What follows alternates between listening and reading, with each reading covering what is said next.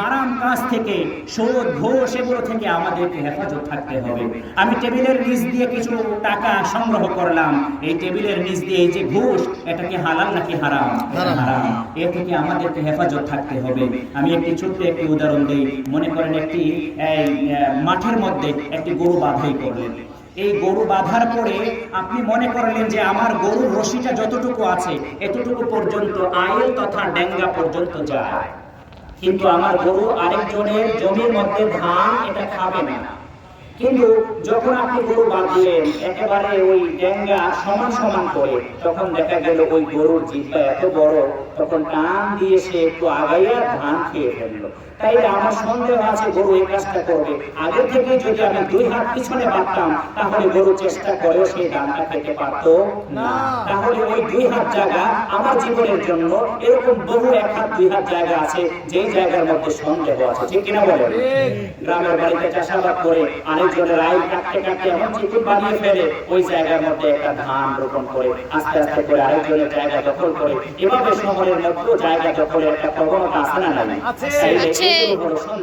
এই হারাম কাজ থেকে আমাদেরকে হেফাজত থাকতে হবে। আল্লাহর নবী সাল্লাল্লাহু আলাইহি ওয়াসাল্লাম বলেছেন, আমি নবী এবং রাসূলদেরকে আদেশ করেছি, ইয়া আইয়ুহার রাসূলু কুলু মিনাত তাইয়্যিবাতি ওয়া আমালুস সালিহাত। হে রাসূলগণ, আপনারা নিজেরা হালাল খান এবং সৎ কাজ করেন। এবং মুমিনদেরকে বলেছেন, ইয়া আইয়ুহাল্লাযীনা আমানু কুলু মিন তাইয়্যিবাত। হে মুমিনগণ, তোমরা হালাল খানা খাও, হালাল পথে চলো। আল্লাহ তাবারক ওয়া তাআলা আমাদেরকে এই নির্দেশ দিলেন, কিন্তু অথচ আমাদের এই আমলকে চাঙ্গা করার জন্য, আমাদের আমলটাকে পরিশুদ্ধ করার জন্য 80% হলো এই হালাল রুজির উপরে।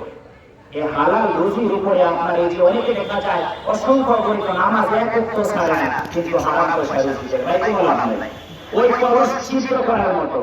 কলস ছিদ্র করে আপনি যত পানি ভরবেন, যেমন কলস আর পরিপূর্ণ হবে না, ঠিক তদ্রুপ ভাবে হারামের সাথে জড়িয়ে আছেন।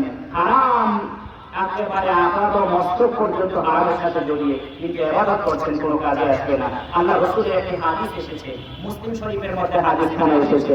আল্লাহ নবী সাল্লাল্লাহু আলাইহি ওয়াসাল্লাম বলেন, ইয়া রাব্বি ইয়া রাব্বি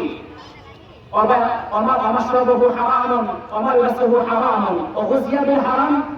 আল্লাহ রাসূল বললেন, আমি দেখলাম একটি ময়দানের মধ্যে একজন ব্যক্তি তার হাতকে একেবারে কাঁধ পর্যন্ত উঠিয়ে সে বলছে, ইয়া রাব্বি ইয়া রাব্বি, হে আল্লাহ, আপনি আমাকে মাফ করে দিন, আপনি আমার এই দোয়াটা কবুল করেন। আল্লাহ রাসূল বললেন, ওই বান্দার দোয়াটা কিভাবে কবুল হবে? কারণ সে যে পোশাকটা পরে আছে এই পোশাকটা হারাম পয়সা দিয়ে কেনা। সে যে পানীয়টা পান করে আসছে, তার রক্ত মাংস গজিয়েছে, ওই পানিটা হারাম পয়সা দিয়ে কেনা। সে যেই কাপড় পরেছে সেই কাপড়টা হারাম পয়সা দিয়ে কিনা। সে যে খাবারটা খেয়েছে সেই খাবারটা হারাম পয়সা দিয়ে কিনা। তাহলে তার দোয়াটা কিভাবে কবুল হবে?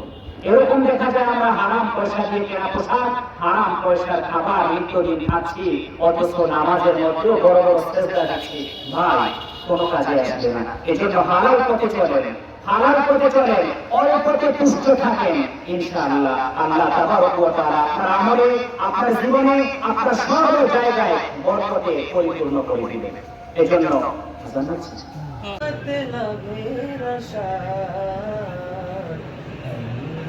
খুশি